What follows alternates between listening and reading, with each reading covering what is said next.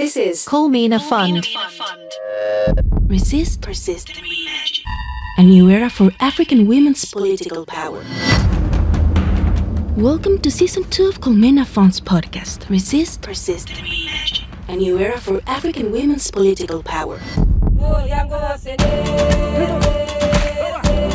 Today, we are thrilled to have Bina Maseno joining us from Kenya. She is the founder of Badili Africa, a Pan-African organization redefining leadership through the voices of grassroots women and youth. Reflecting on her run for office at age 22, Bina discusses navigating a male-dominated political landscape and the double marginalization young women face. In this episode, we explore the generational gap in African leadership, innovative engagement strategies like combining glam sessions with civic education, and the urgent fight against gender-based violence. Ultimately, Bina reminds us that the most powerful position any of us can hold is the office of the citizen. Let's dive in. Hi, Bina. Hi. Welcome to Bina Fund Resist, Persist and Reimagine podcast. Thank you so much for having me. Thank you so much for your time as well. I know it was more like a short notice, but we are happy and humbled to have you. We are always ready to resist and persist. And what was the last one? Reimagine. Reimagine. Born ready. So we have to just show up. I like that. Yeah. Bina Maseno is the founder and executive director of Badili Africa, a Pan-African women's rights organization working to redefine leadership and political participation by centering the voices and agency of grassroots, women, and young people. But I'll also open the floor to also share maybe a bit about yourself that I have left out. Yeah, so my name is Bina Maseno, former political aspirant. I ran for political office when I was 22 years. I was on the ballot for the seat of member of county assembly. I don't like to say I lost. I like to say I didn't get enough votes. Yeah, I like that. So, but yeah, so that experience shaped a lot of the work that I do currently. I've also been a journalist. I've worked for Kenyan television station as a as a reporter. And yeah, I am a mom as well. Now, maybe if you could just take us a little bit down the memory lane of your journey. I read in your organization's website that you vied as a 22-year-old as a member of the county assembly office. How was that experience been, and what really impelled you to join the political race or to be involved in politics? Yes.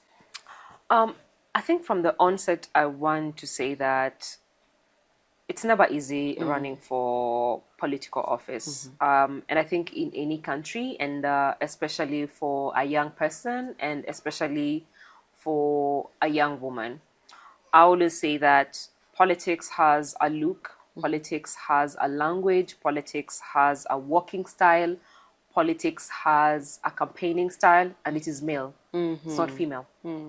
So you are going to be criticized across every front. It's how you look because you don't look masculine enough. So, you show up, you have your makeup. Oh, you're a slay queen. What are you doing in politics? Oh, you're not married. Oh, the violence that is also used to silence you.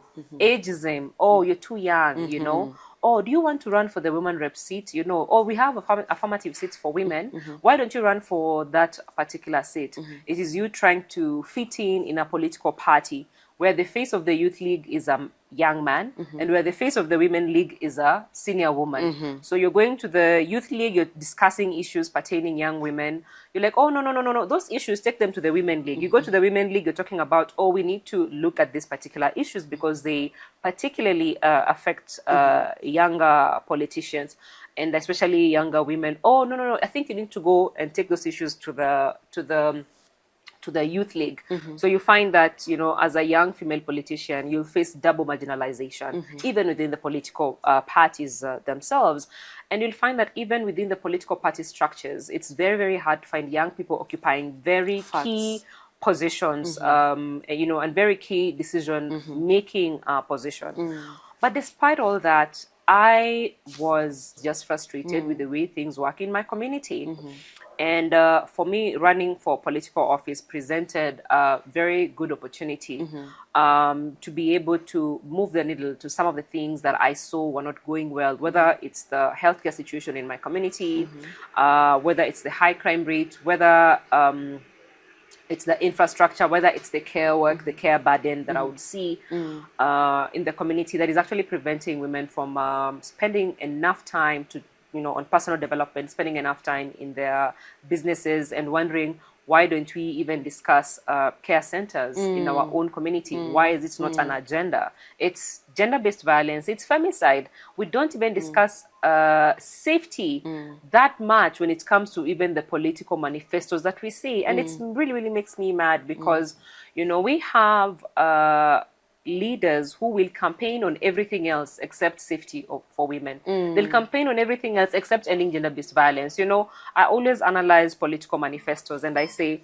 I'm yet to come across a political manifesto that is looking at ending gender-based violence. That is one of my rallying call. And never mind, half of your campaigners, half of your voters are women. So I am just a frustrated, active citizen that was seeking to contribute to the change that is needed in my community, and that's why I threw myself in the race. It came with a lot of challenges as well at a personal level, because I had a scholarship that I lost. At the time, I had just joined campus. I was in my first year. And I think for me, I knew the stakes are high because I had already stayed out for 2 good years. Wow. So I'm joining campus at 21, while people join campus when they're 19. Because for the 2 years, I was trying to fundraise from family and well-wishers. And then here you are, you want to throw yourself in the ring, and then you lose the scholarship. You think about the violence that you face. My story is out there. I've been stripped in a political rally, reported the case. The case didn't go anywhere. In fact, I remember one time I sat down and I was trying to figure out, how do I deal with this case of political violence?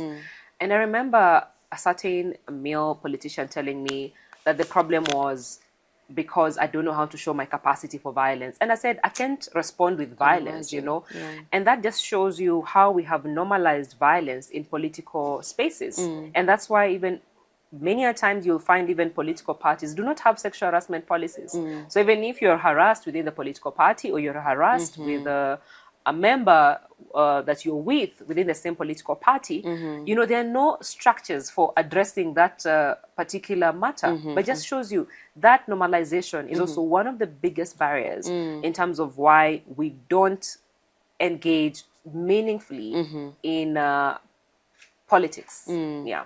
Since you've already pointed out some of the barriers that women face, especially for marginalized and diverse identities and backgrounds, let's now shift into the strategies or interventions that you've personally seen in your context, in your work, in your even personal experiences as a politician, for example, the ones that you saw working, and what more can we continue doing in support of that? So what strategies are already working?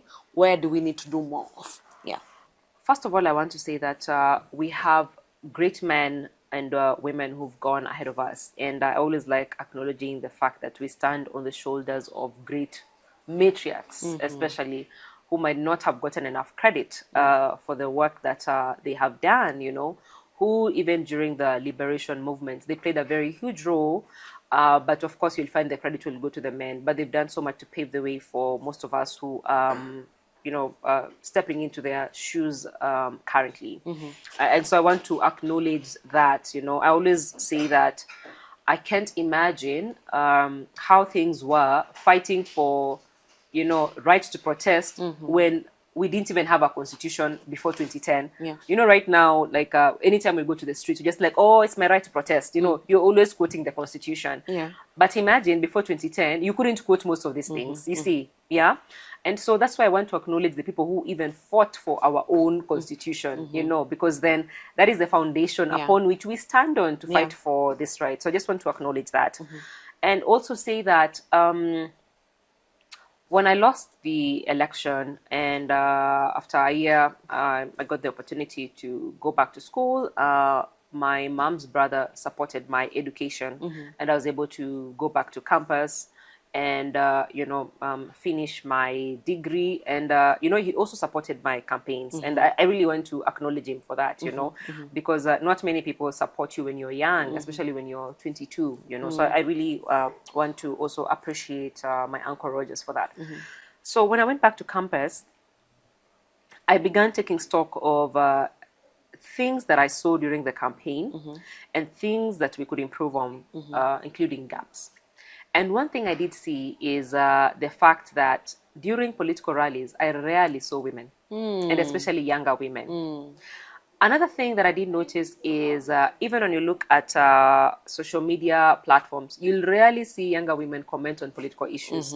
And it's so interesting because I also follow some top political leaders and influencers, and sometimes I just go to the comments to see who's commenting, and you'll rarely even find younger women, sharing their opinion. And I mean, it could be for different reasons, one including the cyberbullying and trolling. But it shows you the level of engagement of women in politics, both online and offline. And so at campus level, when I went back to school, we began hosting like democracy dialogues. And then we realized we're hosting democracy dialogues, but the people who are coming to our sessions, younger women, yes, but they're the ones who are doing political science and or they're doing international relations. And we're very curious, why can't we have women who are doing engineering come to our session? Why can't we have hotel management students? What is this thing where we always assume that the fight for inclusion, for a democracy that functions well, is a preserve of people who work in civil society spaces, And so we changed strategy. We began having glam sessions. So anytime you come to our civic dialogue, you get a free makeover. All of a sudden, we started seeing, very diverse younger people coming to our session, So sometimes they would come to our session because we have one of the top makeup artists glamming people. And they'd be like, oh, I want this look. And while they are queuing, there's someone talking to them about governance, about politics, whether they are voting or not. And when they finish, they're just ushered into the session. They're like, okay, sounds like this is going to be a very fantastic session, And all of a sudden we realized, you know what? We haven't expanded the spaces where we invite everyone to be part of this fight, to be part of this fight, whether we're talking about gender equality, inclusion, justice, upholding human rights, So we began seeing engineering students who are doing architectural science. And for most of them, it was their very, very first time to be invited to a civic space. They didn't even know they belong there. And I'm saying that to say that we are going to have to be very intentional to look at who are we leaving behind. The work of building a critical mass is tiresome, but it is needed. It is needed especially because when you look at the median age in the African continent, it's 20. Yeah, that's the median age. It means the average age is 20 years. But then when you look at the median age of a politician in the African continent, statistics say it's 63. That's a difference of 40 years. You see what I mean? Yeah. And so again, the bulk of the citizens in the African continent are, are below 20, but they also represent 60%. But of the 60% representation of young people, the bulk of that number is younger women. And that is why, for me, statistics like young women represent less than 1% in politics. For me, it is sad because most of the challenges we deal with disproportionately also affect younger women. Talk about femicide.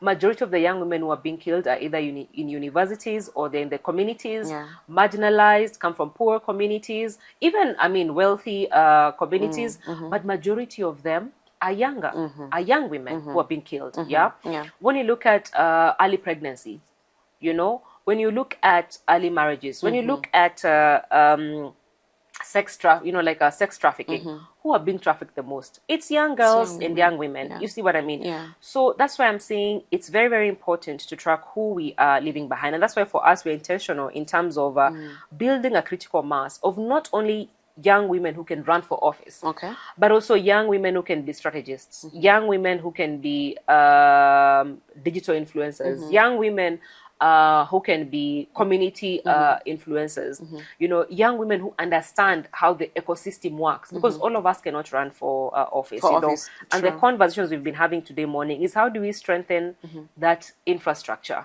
And I'll just briefly say that at 22, I didn't even have the social capital that I have right now. Right now, I know you, but I'm in my, right now I'm in my 30s. Yeah. You see, Yeah. the people I know right now, I did not know any of them when I was 22.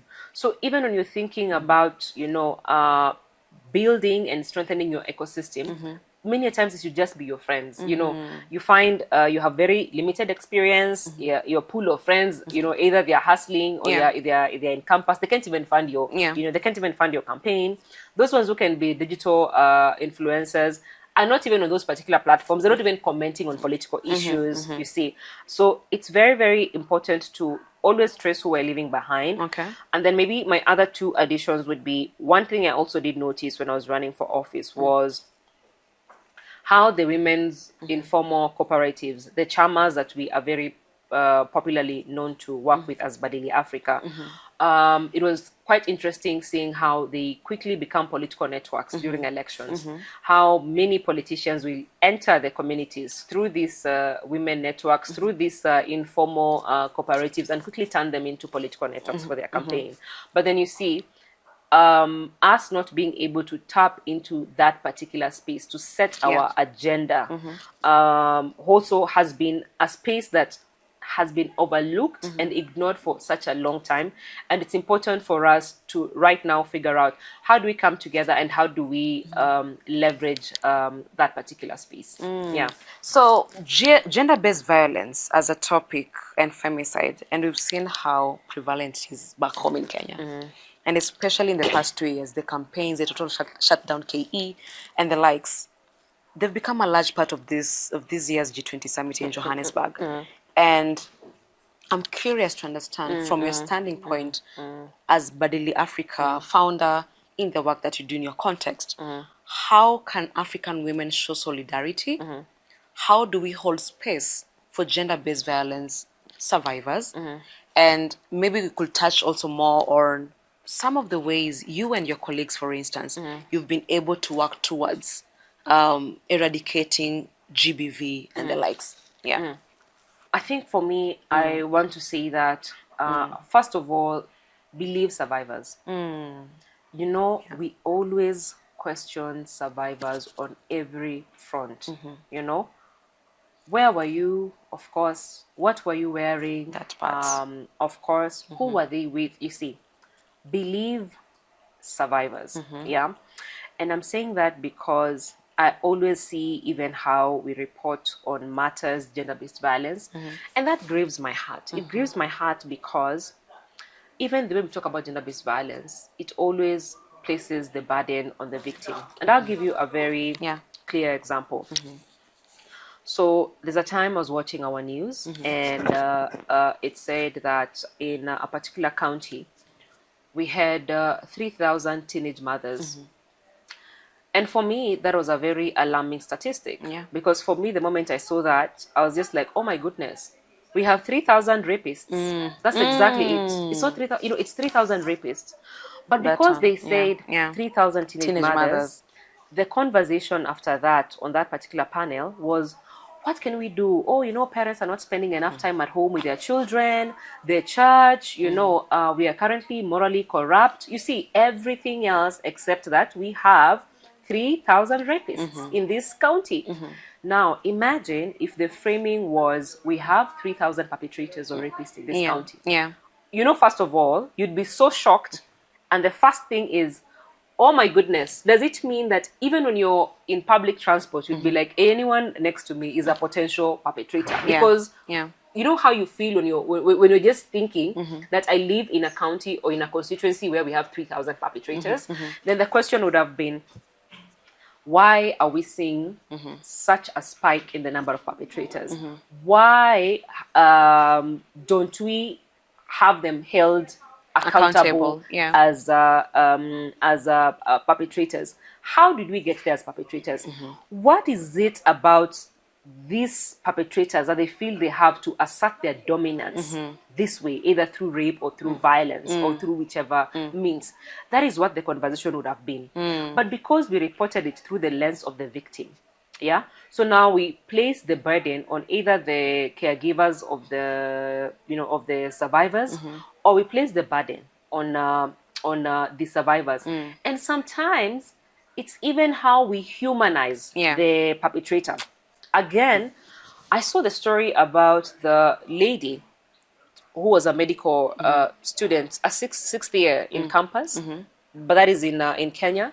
And I saw the quote-unquote boyfriend moved all the way from Thika with, was it a panga or an axe in the bag? It was an axe. I remember that story. Remember that story? Yeah. In his bag, and went all the way. Was it to Eldoret? It was in broad daylight. In broad daylight, waited for this young woman to finish her rounds in the hospital where she was doing her rounds, then hacked her. Okay? But how that story was reported was a young woman hacked to death, XYZ. Yeah. And I'm like, she was not hacked to death by an invisible force. You see what I mean? Yeah. Many a times you find that the perpetrators play a very passive role in the stories that we tell, and not an active role in the stories that we tell. And telling that story is saying, young man kills young woman. So, you must start with the with the perpetrator. Yeah, agreed. But after 3 days, there was a radio story that said that this young man was a teetotaler, and so I was wondering, how does a perpetrator or a rapist look like? How do they look like? Because if you tell me that, this guy always goes to church every Sunday, so does it mean we don't have people who can do that in church, or or people who don't take alcohol can't actually commit such a crime, So how our stories humanize these perpetrators also diminishes, the support that we need to give to survivors, but also how we discuss issues of femicide, issues of gender-based violence. So I would love to say that we have to believe survivors, we have to name the thing, name the issue, name the matter, because that way we don't start feeling like, oh my goodness, as a young woman, if I dress this way, I can't go to this street because something will happen to me, or I can't use public transport because of how I look, or I have to be home early, because if I'm not home early and something happens to me, guys will ask, what time was I at home? And I think I also just want to say that in terms of the cases that are presented before our courts, in terms of how we preserve evidence, in terms of even how we receive that particular evidence, it's important to really journey with the survivors throughout that particular process, and push that these cases are done and closed in good time. Because, I keep on reading in the newspapers of cases that have lagged for 13 years. And I'm like, this thing happened in 2013, but the verdict is being given in 2025. That is insane. Like, that person was just a young girl then. Now they're even a young adult. Is when you're giving the verdict. Imagine the trauma they have lived with over time. You've reminded me of something that recently was being launched in Namibia. There was a petition around publicizing the National Sexual Offenders Registry. It's important. Yes. I don't know, from your standing point, it will be very good to also get your input around that. If we were to have the same, maybe in Kenya, for instance, or even across Africa, what would that look like from a survivor's point of view, or by centering a survivor's story from that lens? I think that's important. Yes, very. And I'm saying that because there was a time I read a story in our newspaper that there were allegations of some teachers on sexual harassment. And I remember the head of Teacher Service Commission saying that they have suspended, like the teachers who allegedly like accused of sexual harassment, And for me, I remember thinking, I mean, you can suspend them, but they're going to go and work in private institutions. So what does that mean? Because you see, like in the US, when you are in that list of offenders, you see, number one, it strips you of opportunities when it comes to places where you can work. So you can't even work in a school. You can't work in centers that deal with children. There's economic opportunities that you're stripped of. You see, so even if you were a teacher before, you can no longer go back and work there. And then when you move from state X to state Z, you have to declare that you have moved to another state, because if there's a case of sexual assault and you did not report or declare that you have moved to that place, you're also one of the suspects because it is known that you are an offender. You see what I mean? So that alone can contribute to deterring many more of those cases happening. So for me, I would support the move 100%. Yeah. It's been amazing just to hear about your perspectives, the great insights that also come from Badili Africa, your personal experiences and stories. But what does democracy look like or mean to you? Democracy means so many things to me. But for today, I want to say, for me, democracy, for me today, is about inclusion. You cannot talk about democracy if you are not including half of the population that is made up of women in all their diversity on the table, on the decision-making tables. You can't. It doesn't work. When we don't have this representation, when it comes to diversity, it has a very big impact on the quality of the policies that we make. It has a very big impact on, the quality of how our budgets are going to be spent, the priorities of those budgets. And so for me, you can't leave half the population behind and you say you are democratic. It doesn't work. It doesn't work. So number one, I think, like I said, is we have to bring everyone on the table. I think I was in a panel this morning and I did say that I have been following up a case in the community of a child who was defiled and a top boss was compromised, and we couldn't get her contacts. And even when we used our connections to get her contacts, we still couldn't access her. And for me, it took sharing that story in a session where we always, convene women in salons in what we call transformative gossip. We're always saying we are changing the gossip in the salon. We're not stopping you from gossiping, but we are just shaping that gossip. And it took, sharing about collective action with women in salon for one of them to tell me, I didn't know you were looking for this lady because she's my client, and I can talk to her about that particular case, for me to realize that, you know what? Influence is not only in boardrooms, in workshops, or in parliaments, or in county assembly. Influence is in our everyday organizing spaces in the community. And we have to recognize that and be able to partner with people who don't look like us, talk like us, think like us, you see, so that we can all be on the same table saying we need to achieve this together. Like the causes we are pushing for currently, it will take all of us in our diversity. It will take all of us being active citizens. I always say that the most powerful and important office is not the office of the president, the senator, the member of parliament, the member of county assembly, or woman representative. The most powerful and important office is the office of the citizen. And all of us must occupy that particular office. So if you're in the salon, organize. If you're in the digital space, organize. I always say, talk about your agenda in the digital space. Majority of us have these phones.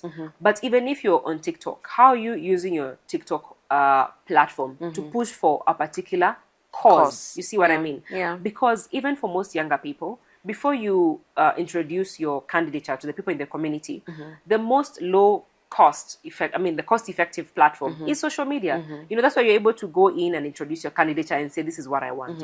When you see even the example I was giving earlier, your political leader has said, what are the challenges in this constituency? Comment. You see what I mean? Post-COVID, I think our leaders became more active on a digital platform.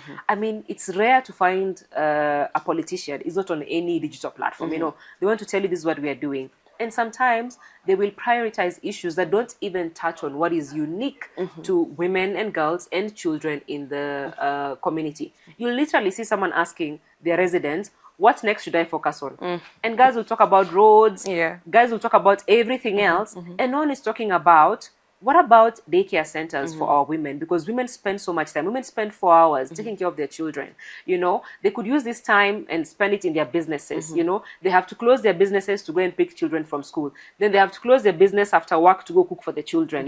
So what about we reduce this burden and free women's time? You'll rarely see anyone commenting just on a social media post. That alone could flip things in terms of how we engage. So I see also just the digital platform, depending on how we use it, as an opportunity for us to engage on those platforms to spread our agenda, but also to organize and invite many more people in who need to understand that these issues that we discuss are not a preserve of activists, human rights defenders, and people who work in civil society. All of us should care about these issues. So when you see us even working with makeup artists to give free makeovers if you attend our civic dialogue, it's because everyone needs to come on board. Exactly. Because we don't have, we have the numbers, but we are not as organized as we need to be to take over. Yeah. They always say that the organized minority will beat or outdo the disorganized majority at any given time. You see, and we're the majority. So we really have to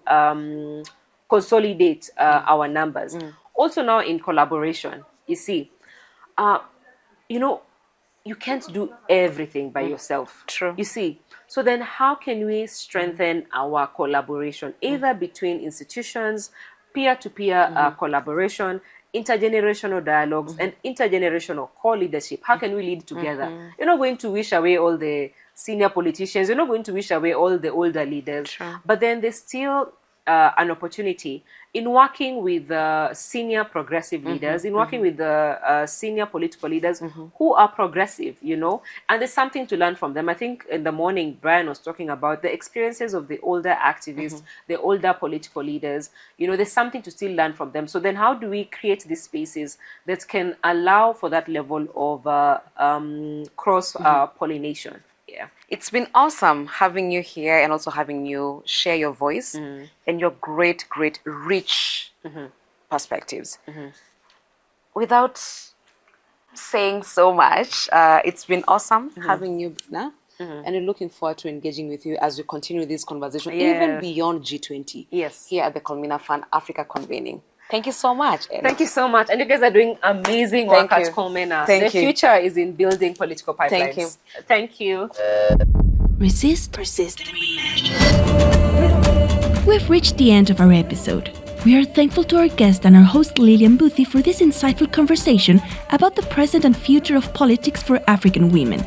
If you like this episode, please don't hesitate to listen to the full series of Resist, Persist and Reimagine, a new era for African women's political power, available on your favorite audio platform. Don't forget to share and comment on this episode.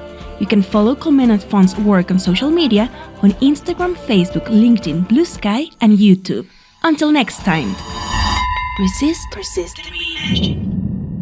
a new era for African women's Political power.